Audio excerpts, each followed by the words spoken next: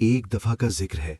ऊंचे पहाड़ों और चमकते दरियाओं के पार एक जादुई जगह थी जिसे सरगोशियों वाला जंगल कहा जाता था। ये जंगल आम जंगलों जैसा नहीं था। यहाँ दरख्त आहिस्ता आहिस्ता लोरियां गुनगुनाते थे, फूल हवा के झोंकों से हंसने लगते थे और सितारे रात को जमीन पर उतर आते थे ताकि कहानियां सुन सकें। इसी जंगल के दिल में एक नन्ही सी परी रहती थी जिसका नाम लोमा था। लोमा एक चांदी की परी थी।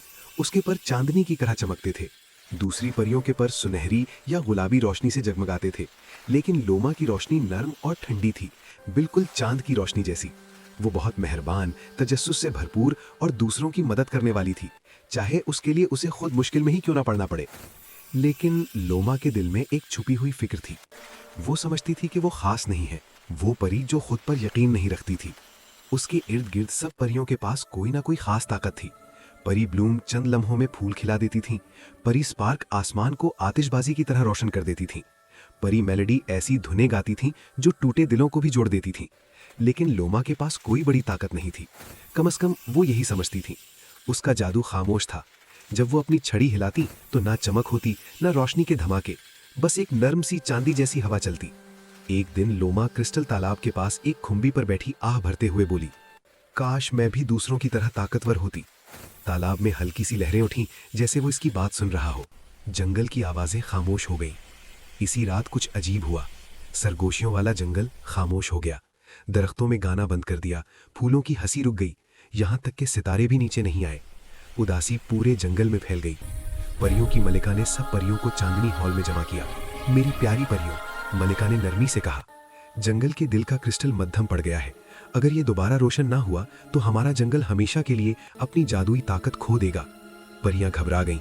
ये क्रिस्टल सायों की वादी में है, मलिका ने कहा।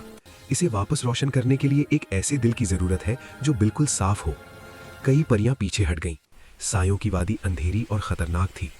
लोमा का दिल तेजी से धड़कने लगा। उसने हिम्मत करके आगे कदम रखा। मैं जाऊंगी, उसने आहिस्ता से कहा। हॉल में खामोशी छा गई। ये? कुछ परियों ने सरगोशी की। इसके पास तो कोई बड़ी ताकत नहीं। मलिका मुस्कुराई। अक्सर खामोश जादू ही सबसे ताकतवर होता है। सायों की वादी का सफर। लोमा ने अपना नन्हा सा थैला उठाया, छड़ी संभाली और सफर पर निकल पड़ी। रास्ते में उसे एक गुमशुदा जुगनू मिला जो मकड़ी के जाल में फंसा हुआ था। डरो मत, लोमा ने प्यार से कहा और उसे आजाद कर दिया। जुगनू पहले से ज्यादा रोशन हो गया। आगे उसे एक पुल मिला जिस पर एक बदमिजाज पत्थरीला देव पहरा दे रहा था। लोमा ने लड़ने के बजाय उसकी तन्हाई की कहानी सुनी। देव मुस्कुराया और उसे रास्ता दे दिया। हर नेकी के साथ लोमा के पर थोड़े और रोशन होते गए, मगर उसे इसका एहसास नहीं था। अंधेरे से अंधेरा लम्हा। आखिरकार लोमा सायों की वादी पहुंची। हवा ठंडी थी, जमीन सूखी और फटी हुई थी। बीच में क्रिस्टल का दिल पड़ा था, मध्यम और टूटा हुआ। अचानक एक साया उभरा। मैं खौफ की धुन धुम, उसने सरसराहट से कहा, तुम बहुत छोटी और कमजोर हो। लोमा कांप गई। एक लम्हे के लिए उसे लगा कि यह सच है। फिर उसे जंगल याद आ गया, दरख्त, जुगनू और देव। मैं छोटी हो सकती हूँ, लोमा ने हिम्मत से कहा, लेकिन मैं मेहरबान हूँ और मुझे परवाह है। उसने अपनी छड़ी क्रिस्टल पर रखी। चमक के बजाय एक नरम गर्म चांदी जैसी रोशनी फैल गई, मोहब्बत और खुलूस से भरी हुई। खौफ की धुंध चीख कर गायब हो गई। क्रिस्टल पहले से ज्यादा रोशन हो गया। जादू वापस आ गया। अचानक पूरा जंगल जाग उठा। दरख्त जोर जोर से गाने लगे, फूल नाचने लगे, सितारों ने आसमान भर दिया। चांदनी की रोशनी ने लोमा को उठाया और वापस जंगल ले आई। सब परियां खुशी से तालियां बजाने लगी। परियों की मलिका ने लोमा के सर पर चांदनी के फूलों का ताज रखा। तुमने हमें सिखाया है कि असल जादू नरमी, हिम्मत और खुद पर यकीन से पैदा होता है।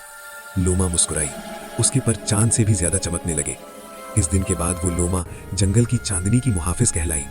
और जब भी कोई खुद को कमजोर या छोटा महसूस करता, एक नर्म चांदनी रोशनी जरूर नमूदार होती, जो याद दिलाती कि खामोश दिल भी दुनिया बदल सकते हैं।